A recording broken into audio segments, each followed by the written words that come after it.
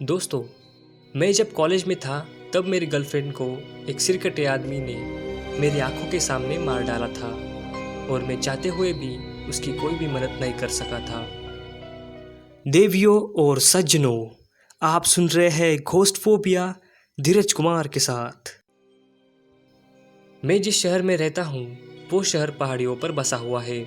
हालांकि अब हमारे शहर के दूर दूर तक एक भी पहाड़ी बची नहीं है, क्योंकि शहर की पॉपुलेशन बढ़ने के कारण सभी पहाड़ियाँ फोड़कर उस पर नया शहर बसाया गया है। पर मैं जब कॉलेज में था तब हमारे शहर के बाहर 2-3 पहाड़ियाँ बची थी।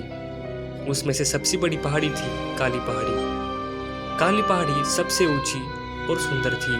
वो हमारे शहर की शान थी। उस पहाड़ी पर घना जंगल भी था, पर उसमें कोई भी जंगली जानवर नहीं थे, क्योंकि शिकार के कारण वे सभी खत्म हो चुके थे।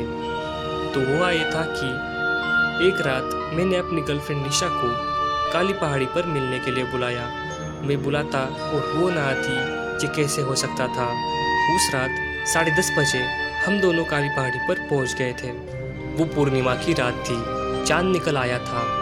चांद की रोशनी से पूरी काली पहाड़ी चमक रही थी। हम दोनों उस पहाड़ी के खाई की तरफ एक बेंच पर बैठ गए।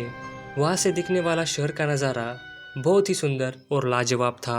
हम दोनों ही उस बेंच पर एक दूसरे से प्यार भरी बातें कर रहे थे कि तभी निशा बोली, यार चलो ना, मुझे यहाँ पर डर लग रहा है, हम कहीं और चलते हैं। यार यहाँ डरने वाली कौन सी बात है, यहाँ सिर्फ हम दोनों ही तो हैं, सिर्फ तुम और मैंने उससे कहा। पर फिर भी उसे डर लग रहा था, क्योंकि वो पूरी पहाड़ी खाली थी और वहाँ सिर्फ हम दोनों ही थे। तभी मुझे लगा कि मैं निशा के साथ थोड़ा सा मजाक कर लूँ और उसे भूतिया कहानी सुनाकर डराऊँ। तो मैंने उसे सिरकटे आदमी का किस्सा सुनाने के बारे में सोचा, जो हमारे शहर में बहुत ही मशहूर था। हम जब छोटे थे तो उस सिरकटे आदमी के बारे में हमने अपने घर वालों से काफ़ी कुछ सुन रखा था। उस वक्त निशा सिरकटे आदमी के बारे में कुछ भी जानती नहीं थी, क्योंकि उसे उस शहर में आकर सिर्फ कुछ ही महीने हुए थे। तो मैंने निशा को सिरकटे आदमी के बारे में बताने का सोचा। यार चलो ना, यहाँ से चलते हैं, निशा ऊंची आवाज में मुझसे बोली। यार क्या कर रही हो, जरा धीमी आवाज में बात करो, वरना वो आ जाएगा। मैंने उससे कहा। कौन आ जाएगा, उसने मुझसे पूछा। सिरकटा आदमी, जो लोगों के सिर काटकर उन्हें मार डालता है और बाद में उनके सिर अपने साथ ले जाता है। मैंने डरावनी आवाज़ में उससे कहा। कौन सा सिरकटा आदमी, निशा ने मुझसे डरते हुए पूछा। वही सिरकटा आदमी जो इस पहाड़ी के मिट्टी में दफन है, जो हर पूर्णिमा की रात इंसान के शिकार पर निकलता है और जो भी उसे मिलता है वो उसे मार डालता है। मैंने उससे कहा। पर मैंने उसके बारे में अब तक कैसे नहीं सुना, निशा मुझसे बोली। क्योंकि ये किस्सा बहुत ही पुराना है, शायद अभी शहर के लोग उसे भूल चुके हैं, पर वो सिरकटा आदमी सच में है। मुझे आज भी अच्छी तरह से याद है, जब मैं 12 साल का था तब हमारे शहर के 4 लड़के पूर्णिमा के दिन काली पहाड़ी पर कैंपिंग के लिए गए थे। उस रात वो चारों जोर जोर से चिल्लाकर पहाड़ी पर गाने गा रहे थे, शोर मचा रहे थे। उन्होंने सिरकटे आदमी के बारे में सुना था, पर उन्हें वो सब झूठ लगता था, इसलिए वो उस पहाड़ी पर गए हुए थे। और मैंने सुना है कि सिरकटा आदमी सिर न होने के कारण देख नहीं सकता और शायद सुन भी नहीं सकता। हाँ, और वो अपने आजू बाजू में होने वाली हरकतें महसूस कर सकता है। उस पूर्णिमा की रात जब वो सिरकटा आदमी अपने हाथ में कुल्हाड़ी लेकर शिकार पर निकला हुआ था, तब उसने उन चारों लड़कों की हरकतें महसूस की थी और उसने उन चारों पर हमला कर दिया था। उसने कुल्हाड़ी से उनमें से 3 लड़कों के सिर धड़ से अलग कर दिए, पर चौथा लड़का खुद को बचाने में सफल हो गया था, पर उसके हाथ में कुल्हाड़ी लगी थी। दूसरे दिन सुबह वो शहर आया और उसने ये बात अपने घर वालों को बताई। उसके बाद उसने पुलिस में जाकर कंप्लेंट कर दी। पुलिस को उसके 3 दोस्तों की बिना सिर की लाश उस पहाड़ी पर से मिली। उसके बाद वो लड़का पागल हो गया और इस शहर के लोगों को पता चल गया कि वो सिरकटा आदमी आज भी काली पहाड़ी पर है। इसलिए तो यहाँ आम दिनों के रातों में भी पहाड़ी पर कोई भी नहीं आता। मैंने निशा को उस सिरकटे आदमी के बारे में बता दिया। उस सिरकटे आदमी के बारे में सुनकर निशा बहुत ही ज़्यादा डर गई थी। पर उस सिरकटे आदमी की मौत कैसे हुई? निशा ने मुझसे पूछा। पर उस सिरकटे आदमी की मौत कैसे हुई थी? और वो सिर्फ पूर्णिमा की रात ही बाहर क्यों निकलता है? और अगर वो आज भी इस पहाड़ी पर है तो उसे कोई भी क्यों नहीं मारता? निशा ने मुझसे पूछा। सिरकटे आदमी की मौत 1960 में हुई थी। उसे कुछ डाकुओं ने एक गांव से अगवा किया था। उसके बाद उन्होंने उसे इसी पहाड़ी पर लाकर कुल्हाड़ी से सिर काटकर मार डाला था और उन्होंने सिर्फ उसका धड़ ही इस पहाड़ी पर कहीं दफन कर दिया। उन्होंने उसका सिर अपने कुत्तों को खिला दिया था। उस रात पूर्णिमा की रात थी, इसलिए मरने के बाद भी वो सिरकटा आदमी हर पूर्णिमा की रात शिकार पर निकलता है और उन डाकुओं को ढूंढता है ताकि वो उन्हें मारकर अपनी मौत का बदला ले सके। पर उसे सिर नहीं है, इसलिए वो देख नहीं सकता। इसी कारण वो हर उस इंसान को मारता है जो उसे मिलता है। क्या अब उस सिरकटे आदमी को मारा नहीं जा सकता? निशा ने मुझसे पूछा। नहीं, उसे मारना अब नामुमकिन है, क्योंकि उन डाकुओं को मारकर अपनी मौत का बदला लेना उस सिरकटे आदमी की आखिरी इच्छा थी। पर वो अब मर चुके हैं और इसी कारण उस सिरकटे आदमी की इच्छा पूरी नहीं हो सकती। शहर के लोगों ने सिरकटे आदमी को मुक्ति देने के लिए उसका शरीर जलाने की कोशिश की थी, पर उन्हें उसका शरीर इस पहाड़ी पर कहीं भी नहीं मिला, क्योंकि इतनी बड़ी पहाड़ी पर जमीन के अंदर दफन एक लाश को ढूंढना गेहूं में सुई ढूंढने के बराबर है। मैंने निशा से कहा, उस सिरकटे आदमी को कभी भी मारा नहीं जा सकता। ये सुनकर निशा बहुत ही ज़्यादा डर गई थी। उसे डरा हुआ देख मुझे बहुत ही हंसी आई और मैं जोर जोर से हंसने लगा। पर तभी निशा बोली, विकास तुम्हारे पीछे देखो, उस झाड़ी में कोई है, वो हिल रही है।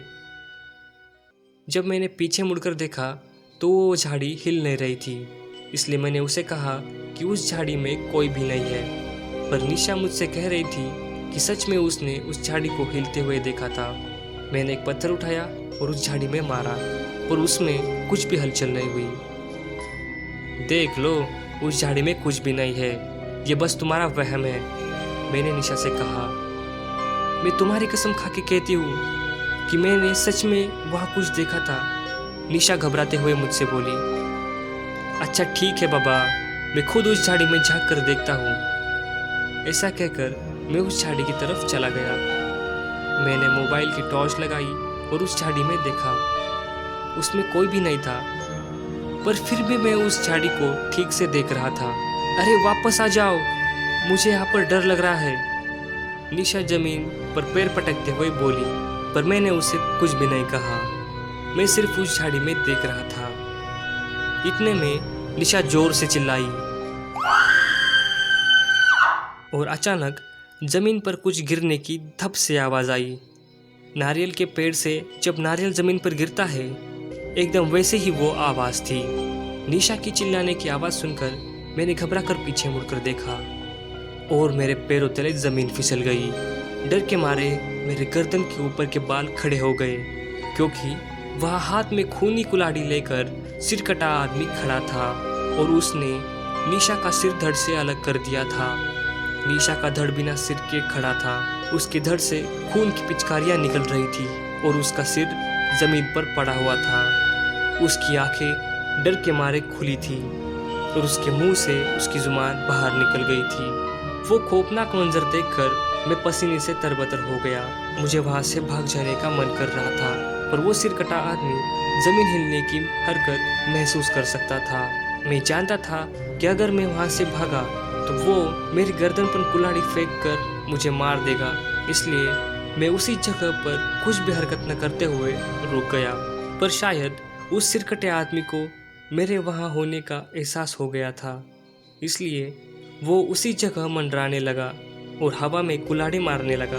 हवा में कुल्हाड़ी घुमाते घुमाते वो मेरे पास पहुँच गया, पर फिर भी मैं वहाँ से 1 इंच भी नहीं हिला।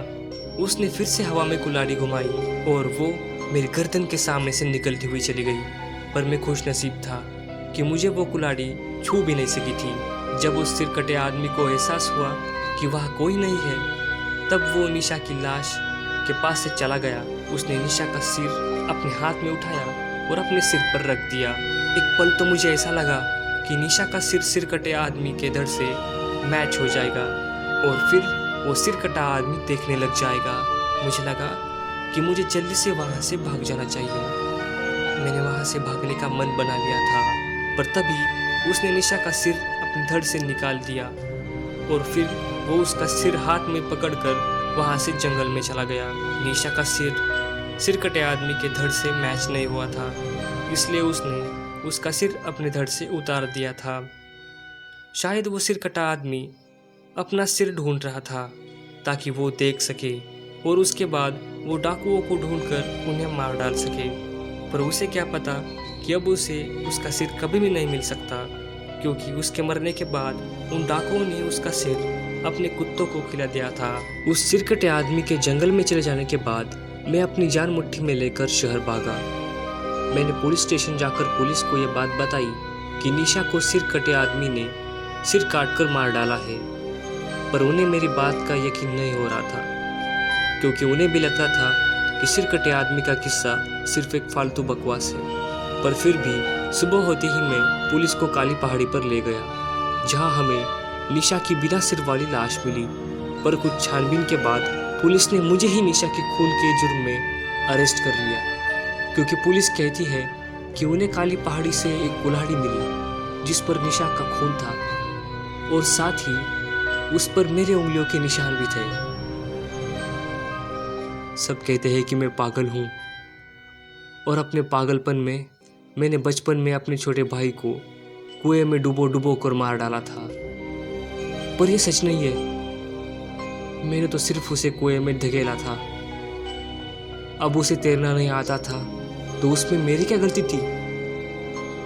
पुलिस कहती है कि मैं पागल हूँ और मुझे उस रात पागलपन का दौरा पड़ा था और उसी दौरे में मैंने निशा को मार डाला था। निशा के मरने के बाद से ही मैं सिटी मेंटल हॉस्पिटल में भर्ती हो गया। सब कहते हैं कि मैं पागल हूँ, पर मैं पागल नहीं हूँ। मैं सच में पागल नहीं हूँ।